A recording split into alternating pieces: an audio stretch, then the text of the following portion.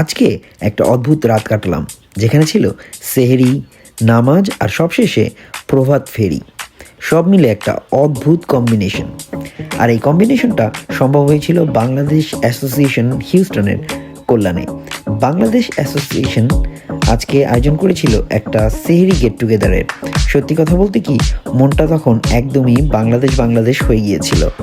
সেহরির menu ছিল সিম্পলের মধ্যে গর্জিয়াস: খিচুড়ি, ভাত, গরুর মাংস আর সবশেষে রসমালাই, একদম চখাম। কিন্তু একটা কথা না বললেই না, সেহরির সময় এই সিম্পল ভাত আর গরুর মাংস একদম অমৃত কিংবা পাঁচতারা হোটেল থেকেও কম ভালো লাগেনি। আর রসমালাই, উফ, দুইটা খাওয়ার পর মনে হচ্ছিল আরেকটা নিলে কেউ দেখে ফেলবে না তো। খাওয়া শেষ, পেট ভরেছে, কিন্তু বাঙালির সেহরি কি চা ছাড়া সম্পন্ন হয় নাকি? শুরু হলো চা খোঁজার অভিযান। দেখলাম আমি একা না, আমার সাথে সাথে আরও অনেক ভাই বোন আছে যারা কিন্তু একই মিশনে নেমেছে। অবশেষে এক কোনায় পাওয়া গেল সেই সোনার হরিণ, এক কাপ গরম চা। সত্যি বলতে ওই মুহূর্তে মনে হচ্ছিল নোবেল প্রাইজ না পেলেও চা তো পেয়েছি। কিন্তু অবাক হয়েছিলাম, এই ভোরবেলায় যখন সূর্য ওঠেনি ঠিক তখনও কিছু ভাবি তাদের ব্যবসা ঠিকই করতে বসে পড়েছেন। প্রবাসী বাঙালি মানেই ঘুম কম, এনার্জি বেশি, আর ব্যবসা অলওয়েজ অন। চা খেতে খেতেই লক্ষ্য করলাম গেমেরও ব্যবস্থা রয়েছে। ক্যারম বোর্ডে নিজের হাতটা একটু ঝালিয়ে নিলাম। নিজেকে মুন্না ভাই MBBS-এর ওই বুড়োর মতোই মনে হচ্ছিল, শুধু আমার এম ওই বুড়োর থেকেও অনেক জঘন্য। তারপরে আমরা সবাই একসাথে ফজরের নামাজের জন্য দাঁড়ালাম।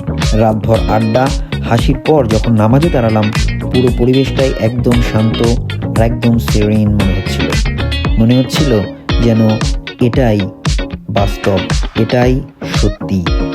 নামাজের পর শুরু হলো প্রভাত ফেরি। আমাদের ভাষা শহীদদের সম্মান জানাতে হাজার মাইল দূরে থেকেও আজকে আমরা একসাথে হয়েছি। সবাই মিলে গাইলাম, আমার ভাইয়ের রক্তে রাঙানো 21শে ফেব্রুয়ারি। যদিও যে গান ধরেছিলেন সেই জুলফিকার ভাই গানটা এক স্কেল লো করে ধরেছিলেন, তাই সবারই গান গাইতে কিছুটা প্রবলেম হচ্ছিল। যাই হোক, এই কথাটা তাকে আমরা না বলি। এর ফাঁকে আমরা ঠিকই ছবি এবং ভিডিও তুলে নিচ্ছিলাম।